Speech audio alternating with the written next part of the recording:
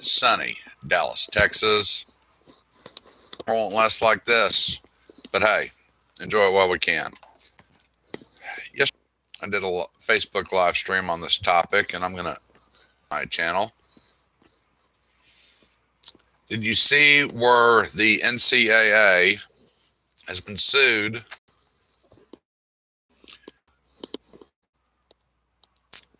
for players that want to get paid? Now, what's interesting is the opinions, and this came from a USA Today article yesterday, antitrust laws. What do antitrust? Well, that's really interesting. My dad worked at DuPont. DuPont was a monopoly in the United States on explosives. And a group of guys got together and must not have liked DuPont, which was the safest company to work for. I worked for them one summer. And anybody that whined and complained that DuPont had a monopoly on explosives, well, their dad wound up being the top explosive salesman for them. They had a fantastic safety record. So the government, in all their infinite wisdom, they broke up DuPont on the explosive side. It spawned a lot of different companies, and the safety record in explosives business kind of crashed. More injuries, more deaths. Who cares? Didn't matter. So I want to know who is in competition with the NCAA. Is there another organization out there that is vying for TV revenue? Is this from independent schools that don't think they're getting their notoriety? Yeah, I don't think so. And if I'm wrong, feel free to comment. I haven't seen anything on this. Nothing. But Gorsuch, remember Gorsuch was a conservative. Now, his confirmation hearing wasn't a three-ring circus. That one kind of slid through. But he's the one that came up with immunity from the normal operations of the antitrust laws. Once again, I just want to know who's competing against the NCAA. What higher learning institutes are out there that we haven't heard of that are vying for these network contracts? I don't know. Like I said, if I'm wrong, if you have something pertinent to add, put in the comments. Let's see, what else does Gorsuch say? An exhaustive factual record, a thoughtful legal analysis consistent with established antitrust principles, and a healthy dose of judicial humility. What a bunch of crap. God, why can't you just put it in plain English? No, we can't do that because then the general public might actually understand what the hell these sons of bitches are saying. I'm not a fan of the Supreme Court. I haven't been for a long time. And this is a good example. There are no laws that deal with the NCAA paying players. So they had to come up with something. And the Supreme Court's job is to uphold existing laws and see if they're constitutional. I guess they went fishing on this expedition. And they started catching minnows, but wait till we get to what Kavanaugh says. Oh, there's another conservative. So if there are liberals out there that were all against these guys, I want to know if they're jumping up and down with glee over these opinions, because that's all they are. They're opinions right now. And if they are, well, there goes your hypocrisy. You did not want either one of these confirmed, especially Kavanaugh. You raised holy hell. But if now you think this is a good thing, we'll want you to look in the mirror. Oh, yeah, they were going to overturn Roe versus Wade. That's all we heard about, especially from Kavanaugh and Barrett. They were going to overturn it. Well, they can't overturn a case unless it's brought before them and they agree to hear it. Yeah, but that's a novel idea and people forget about that. All right. Now let's get into what Kavanaugh said. Nowhere else in America can businesses, and this is a key word, businesses get away with agreeing not to pay their workers a fair market rate on the theory that their product is defined by not paying their workers a fair market share, or their workers. So we have businesses, and workers. And under ordinary principles of antitrust law, it is not evident why college sports should be any different. It is not evident why college sports should be any different. So, what's key about this is academia is no longer an institute of higher learning. It's now a business. So they're going to redefine this. And instead of students, we're now referring to them as workers. I love that. Workers, a fair market rate. You want to talk about opening up a can of worms? We'll get to that in a minute. He goes on, all of the restaurants in the region cannot come together to cut cooks' wages on the theory that customers prefer to eat food from low-paid cooks. Law firms cannot conspire to cabin lawyer salaries in the name of providing legal services out of a love of the law. Hospitals cannot agree to cap nurses' income in order to create a pure form of helping the sick. News organizations cannot join forces to curtail pay to reporters to perceive a tradition of public-minded journalism. Movie studios cannot conclude to slash benefits to camera crews to kindle a spirit of amateurism in Hollywood. What the hell does this have to do with college sports? Oh, that's right. It's now a business and they're workers. It's not a college. They're not student athletes. It's a business and they're now workers. The current NCAA model is suppressing the pay of student athletes who collectively generate billions of dollars. And Michigan had to give up their title. They had to take down the flag, the pennant, and all that. Well, that has just now gone out the door. So they're going to have to restore and reinstitute. What about SMU? Is SMU going to be able to file a huge lawsuit for the damage that the NCAA did them over the Pony Express? What about Oklahoma State when they got hammered by the NCAA? And that was just as bad. We actually thought we were going to get the death penalty, but we didn't. So are they going to be able to sue for lost wages from way back then? Because that's what this is coming down to.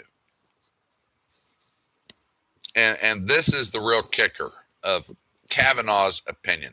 Instead of relying on litigation, Kavanaugh offered schools and student athletes could potentially engage in collective bargaining. Remember that, parentheses, or seek some other negotiated agreement, parentheses closed, to provide student athletes a fair share of the revenues that they generate for their colleges, akin to how professional football and basketball players have negotiated for a share of league revenues. So there you have it. Student athletes are now going to be able to form a union because they're not athletes. They're workers. Workers form unions. Now the athletes are going to be able to form unions. And if they don't get what they want, we know what's going to happen. What do you think is going to happen? Strike. Doesn't that sound like something wonderful? Now the NCAA did create this monster. I'm not giving them a pass by any stretch of the imagination. And I've talked to some of these guys that did get athletic scholarships, and they talk about the things they can and they can't do. We've heard the stories about you can't buy a kid lunch, you can't do this, you can't do that, which they really got ticky-tack about the whole damn thing. They just created this big mess. Why? Because they got too litigious. They got too many damn lawyers at the NCAA. We got too many damn lawyers in the United States to begin with. But this really is going to create a nightmare. Now, I did a video back in July, and I'm going to go through some of these numbers again, just real quick. And keep in mind, these are in the billions. 39.2, 29.4, 26.4, 25.4, 16.4, 13.7, 12, 11.7, 11, 10.8, 1.736. And then we have one school that's only paltry $756.5 million. What are those? Those are the endowments of the following colleges: Harvard, Yale, Stanford, Princeton, MIT, Penn, Texas A&M, Michigan, Notre Dame, Columbia, OU, and OSU. Yes, OSU is at the bottom. Well, those top 10 account for $196 billion. How'd they get all that money? I also did a research about, I think it was 3 or 4 years ago, University of Alabama. Back then, they were grossing $100 million in revenue through the football program. They had $20 million in expenses and were netting $80 million. That's television money. Where's all that money going to? And I did the math, and that money for that 1 year would give every student at the University of Alabama an academic scholarship. There's your free college right there. We don't need the government to pay for college educations, especially when I look at mine cost $20,000 and the same one today would cost $80,000. 40 years later, it ain't worth $80,000. And that was construction management. Would I pay $80,000 to get that degree today? Hell no. Why? Because when I finally got a job, wasn't working on a career anymore, but went to work for one of the largest paving companies in the Midwest. Actually, they were just wasn't in paving, dirt work, utilities. They were a giant. They were one of the giants. They gave me a set of prints. I unrolled it, and he said, "What does the plan and profile show?" I'd worked on paving crews. I'd seen the prints, but I never really studied them. And I looked at the guy who was training me. I said, "The what?" And he goes, "Boy, where'd you go to college?" And I thought, where did I go to college? I went to Oklahoma State. What'd you study? Construction management. And you don't know what the plan and profile sheet is? And I had to sit there with my thumb up my ass and go, no. Yeah, that $20,000 was well spent, wasn't it? Yeah, I don't think so. I learned everything about, to a degree, on building construction, but nothing about highway, roads, bridges. I don't know. The infrastructure. Buildings, I don't consider infrastructure unless it's a power plant, the building itself, but then that's going to fall in a civil job because with the power plants, you can have transmission lines. There's a lot of civil work involved in it. I know waterworks, yes, sanitary sewer plants and that stuff, but just a regular commercial office building, I don't consider that infrastructure. And that's what I wanted to excel at and study and learn, and no, nothing. So yeah, that degree today is going to be $80,000 versus 20. Yeah, you can kiss my goat smelling ass. That shit ain't going to fly. But they have opened a door here. Does something need to change? Well, yeah, but the NCAA isn't going to change it. Put a cap on what the networks can pay a college to televise a game. There is no such thing, because that would cut in to their money and their lifestyle and their luxury. I mean, look at it. What does Goodell make? $50 million for the NFL? You really think he's worth $50 million to be the commissioner of the NFL? And I don't know what that dumbass Manfred makes, but he's overpaid. And I do hope that I'm not going to get into that lawsuit over the All-Star game. But so we've opened the door. Colleges are now businesses. Student athletes are now workers. And I love that. A fair market rate. Well, what is going to be a fair market rate for a redshirt player, a third stringer, a second stringer? What's going to be the market rate for a quarterback and a running back and a receiver? The positions the media just slobbers over and just raises these players on the highest podium possible, and then when they don't pan out, they just ignore it and walk on. Are they going to pay a lineman the same amount as those three other positions? Well, no. But without the lineman, guess what? You're not going to set passing records. You're not going to set running records, and you're not going to set receiving records. Why? Because the line's just going to sit there. They're going to sit down, pull out a twister board, and start playing that while the defense crushes those three guys who are supposedly the best of the cream of the crop, and they deserve their fair market share. You think that's not going to cause dissension in the locker room? You damn right it will. And if the team as a whole doesn't like what the university is paying, well, they'll go on strike. Well, now we're going to break it down. Well, the linemen think the, quote, stars are being overpaid, so we're not going to do our job, and we're going to go on strike. You see where this is going? Good job, Kavanaugh. Supreme Court should not be involved in this. If the feds want to get involved, put a ceiling on what networks can pay the NCAA to televise a game. If you're an Alabama or Auburn fan, imagine that game not being played.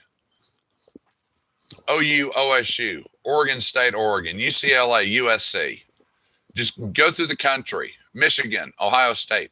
Those rivalries aren't going to be played because the players went on strike because they realized that the network paid $50 million to televise this game, or 25, just take a number, so that they can get filthy rich. And they know people are going to watch it. But 3 days before the game, the players say, well, we're not making our fair market share. We need to up that 30%, and until we get the money, we're not going to play. Can you imagine those stadiums being empty? You thought COVID was bad with that bastardized season we had. Imagine this. Now, people will say, well, you're just being an alarmist. No, I'm being a realist. And that's why you like and subscribe and listen to me, because I try and be a realist over this. This is bad. College sports as we know it, if this continues, we won't recognize it. We won't recognize it all. What, a college is going to bring in scabs to play? If there is a strike, won't that go well? Supreme Court has no business being involved in this. And I do blame ESPN and every damn sports outlet for pushing this narrative for the last 20 years about the players being paid. If you went on a full scholarship and actually go to class and get your degree, well, you just got paid, what, $80,000? Now, should boosters, because boosters is such a bad word and alumni is such a bad word. Well, let's get rid of the boosters. Let's get rid of the alumni. And you know what might happen? We might actually see education costs drop dramatically because they can no longer shovel in hundreds of thousands or millions of dollars to a school like T. Boone Pickens did with Oklahoma State. He was a great benefactor for the school, but when it all came down at the end,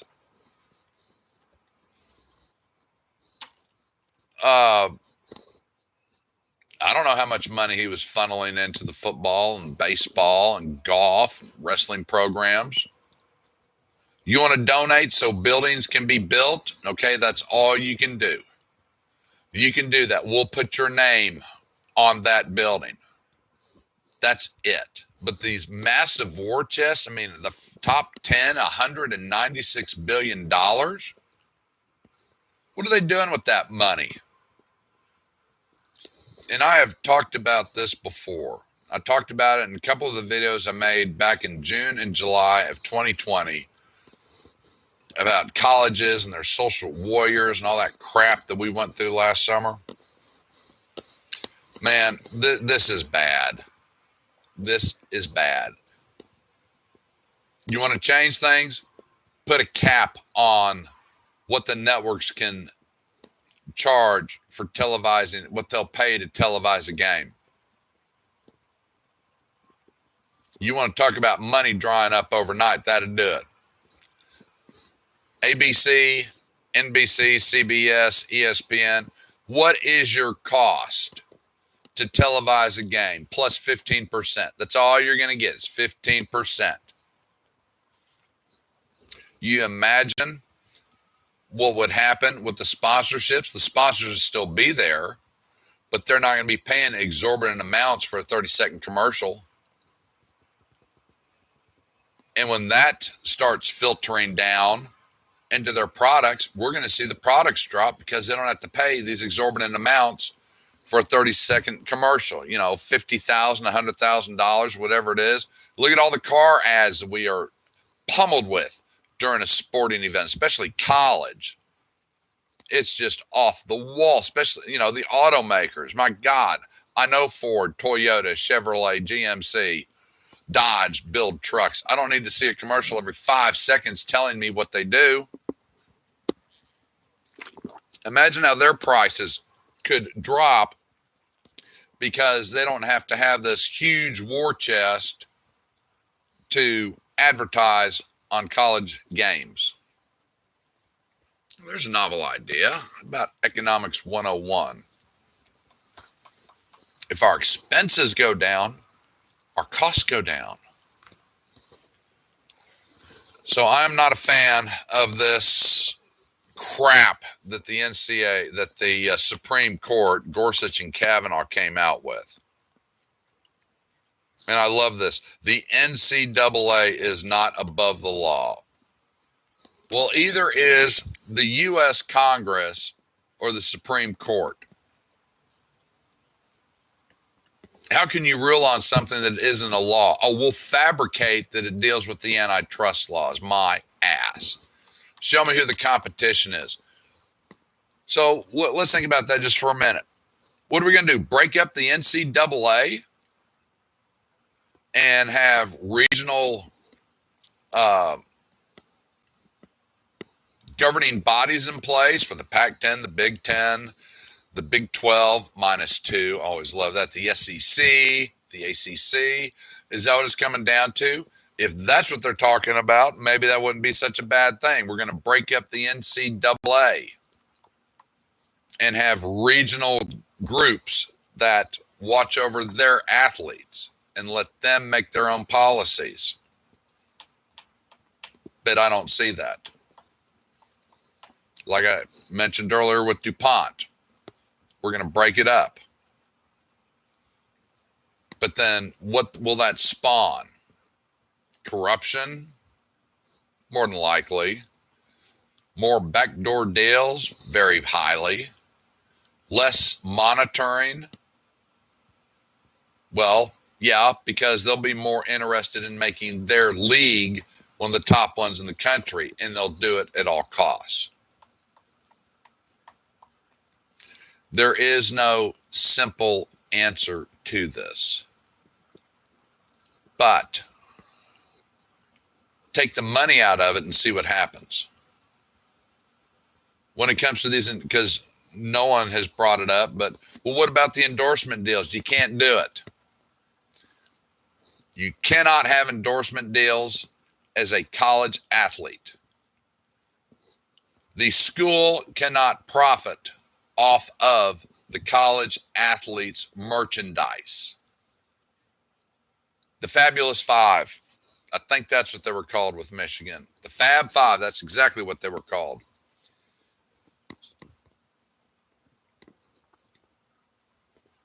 You can't sell their jerseys.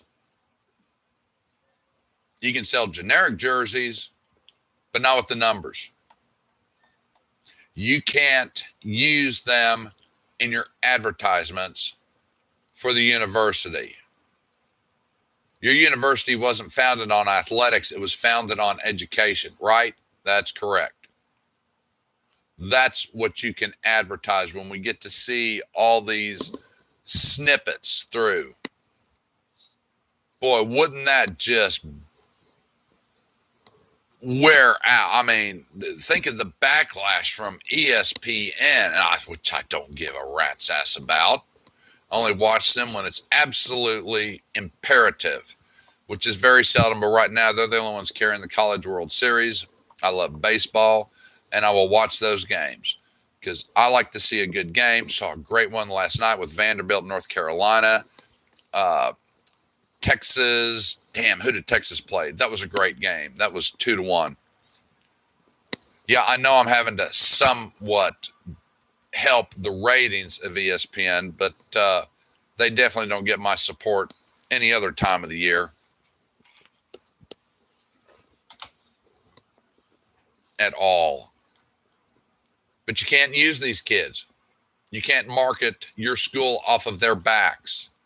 You can't sell their jerseys to make money. And that's where the problem comes in. Now, if you want to do it, if for some odd reason someone says, well, that's not such a good idea, okay. If you're going to do that, then you're going to take that money, you're going to set up a trust fund. The college is going to have to hire a financial advisor that's worthy, has scruples and morals, and isn't going to fleece these people. And you take that money, all that money, and you put it in that student's trust fund. And they can't touch it until they get out of school. Whether they graduate or not, because that would be an argument. What if they don't graduate? I guess school gets money. No.